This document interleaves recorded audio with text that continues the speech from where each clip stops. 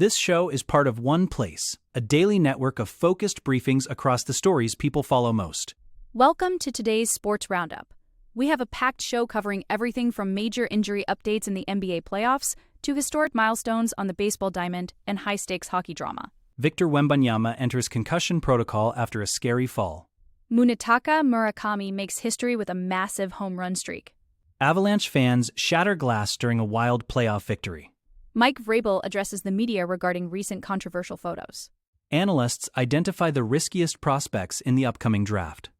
FIFA World Cup tickets go on sale this week. Fernando Mendoza's mother inspires as he nears the draft. Logan Cooley leads the Mammoth to a crucial win.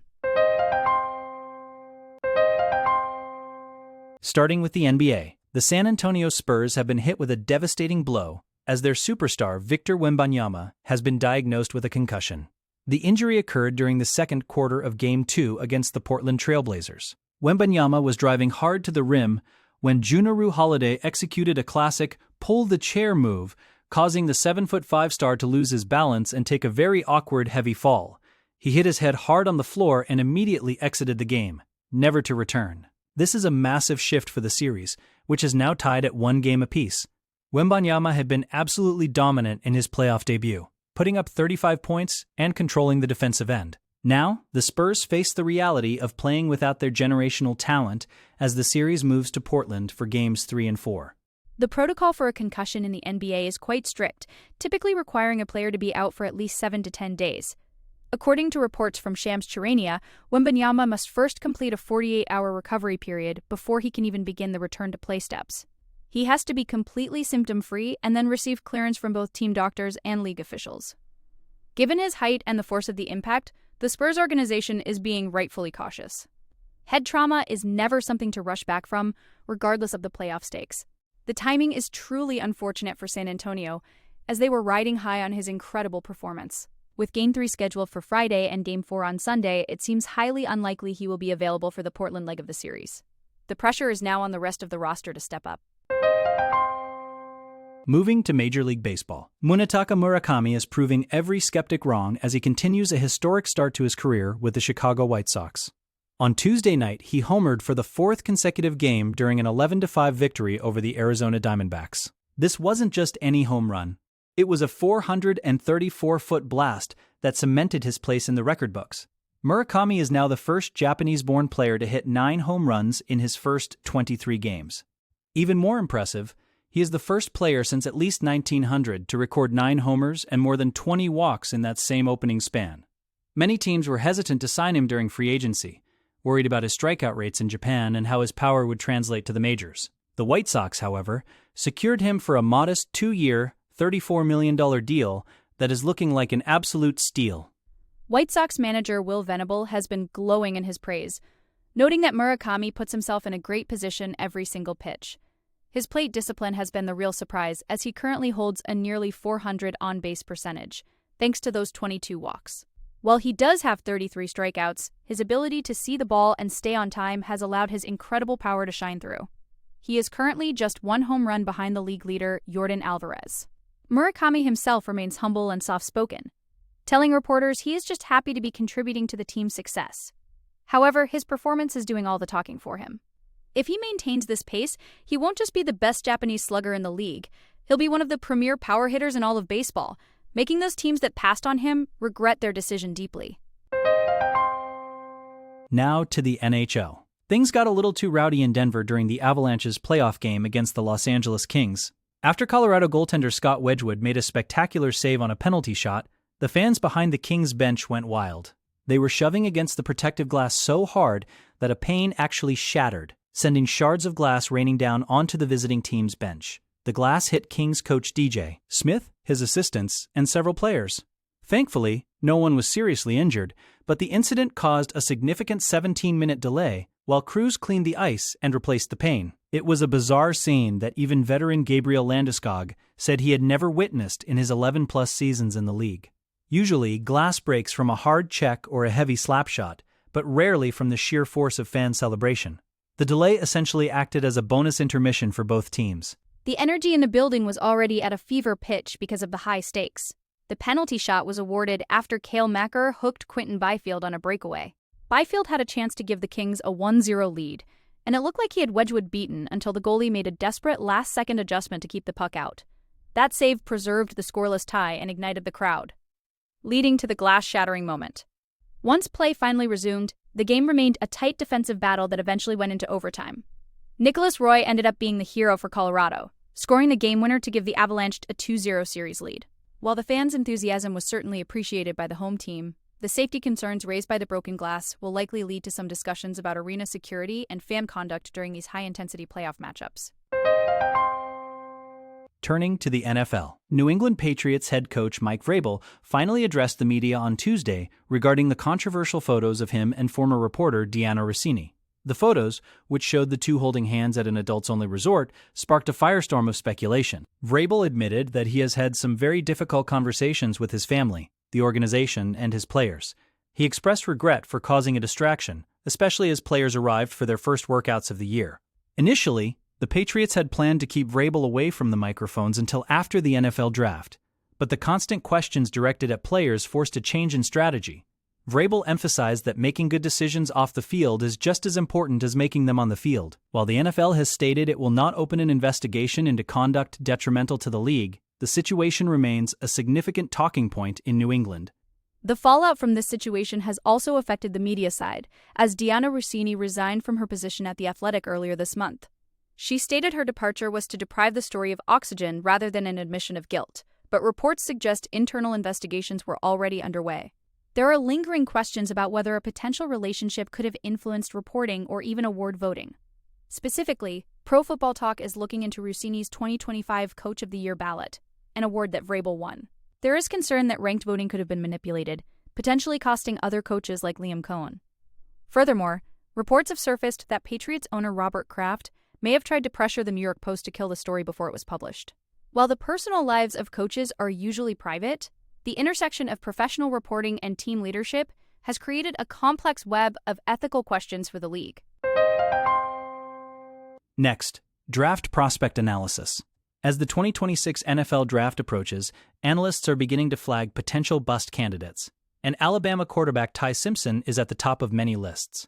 The primary concern with Simpson is his lack of experience. He only has one full season as a starter under his belt. While he showed flashes of brilliance in the first half of the 2025 season, throwing 20 touchdowns against just one interception, his performance dipped significantly late in the year. His accuracy became inconsistent, and his slight frame at 6'1" and 211 pounds raises serious durability questions for the professional level. Teams are often desperate for a franchise quarterback, which can lead to overdrafting players who aren't quite ready. If a team takes Simpson early in the first round, based on his pedigree and early season tape, they might be ignoring some very real red flags regarding his long-term viability as an NFL starter. Another name surfacing in these discussions is Miami edge rusher Ruben Bain. On paper, Bain looks like a superstar, having recorded 15.5 tackles for loss last season. He passes the eye test with flying colors, often looking like the most disruptive player on the field. However, scouts are wary of prospects who rely solely on physical dominance in college without refined technique. The jump to the NFL requires more than just raw power, as offensive linemen at the next level are much better at neutralizing pure speed and strength. If Bain doesn't develop a more diverse set of pass rush moves, he could struggle to replicate his college success. The draft is never an exact science, and for every first-round success, there is a cautionary tale. Teams will have to weigh the high-ceiling potential of players like Simpson and Bain against the very real risk that they might not transition smoothly to the pros. Shifting to international soccer. For soccer fans looking to attend the 2026 FIFA World Cup in North America, a critical window is opening this week. FIFA has announced a last-minute sales phase starting Wednesday, April 22 at 11 a.m. Eastern Time. This is a first-come, first-served opportunity, and given the massive demand for this tournament, tickets are expected to disappear almost instantly. This drop includes tickets for various matches across the host nations, and payments will be processed live. For those who have missed out on previous lottery phases, this represents one of the final chances to secure seats at face value directly through the official governing body. The tournament is expected to draw millions of viewers globally, but only a fraction of those fans will get to experience the atmosphere inside the stadiums. It is a high-stakes moment for anyone hoping to see the world's greatest players compete on the biggest stage.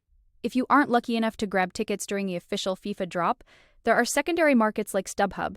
but they come with their own set of risks and costs. Prices on these sites are often significantly higher than face value, and FIFA does not guarantee the authenticity of tickets purchased outside their official channels. However, for many diehard fans, the secondary market might be the only remaining option as the tournament draws closer. The last-minute sales phase will actually continue periodically until the final on July 19, but the initial drop on April 22 will likely have the most significant inventory. Fans are encouraged to join the virtual queue early and have their payment information ready. With the World Cup being hosted across the United States, Canada, and Mexico, the logistical challenge of securing tickets for specific venues adds another layer of complexity to the process for international travelers.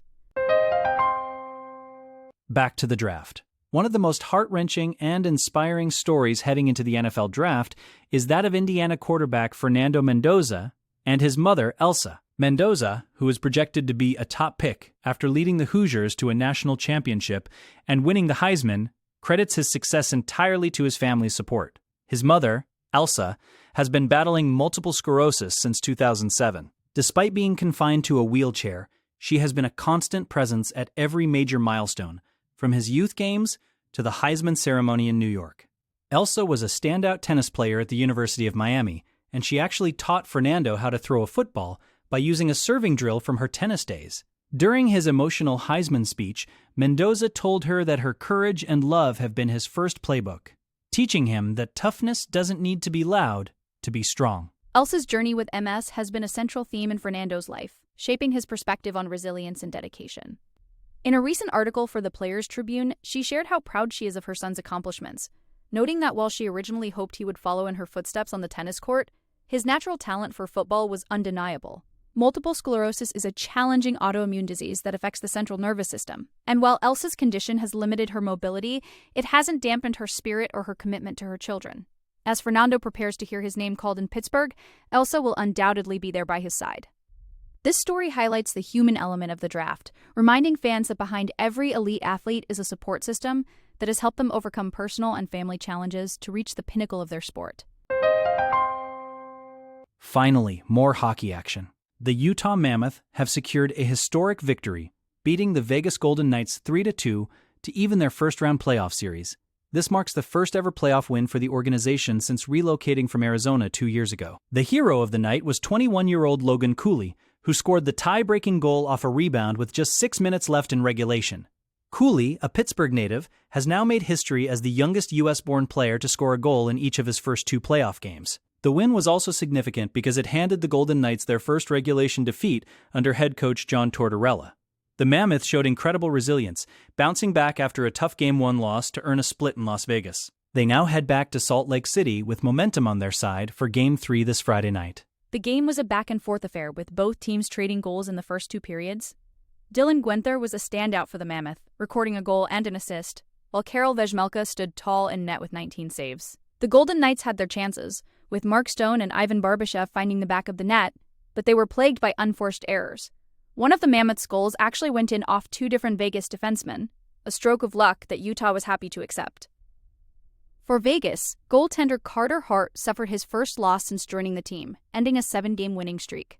As the series shifts to Utah, the atmosphere is expected to be electric. The Mammoth have proven they can compete with the veteran Golden Knights, and with young stars like Cooley leading the way, this series is shaping up to be a classic. That wraps up our sports roundup for today. Thanks for joining us for these updates. Be sure to follow the show for your next daily briefing on the stories that matter most.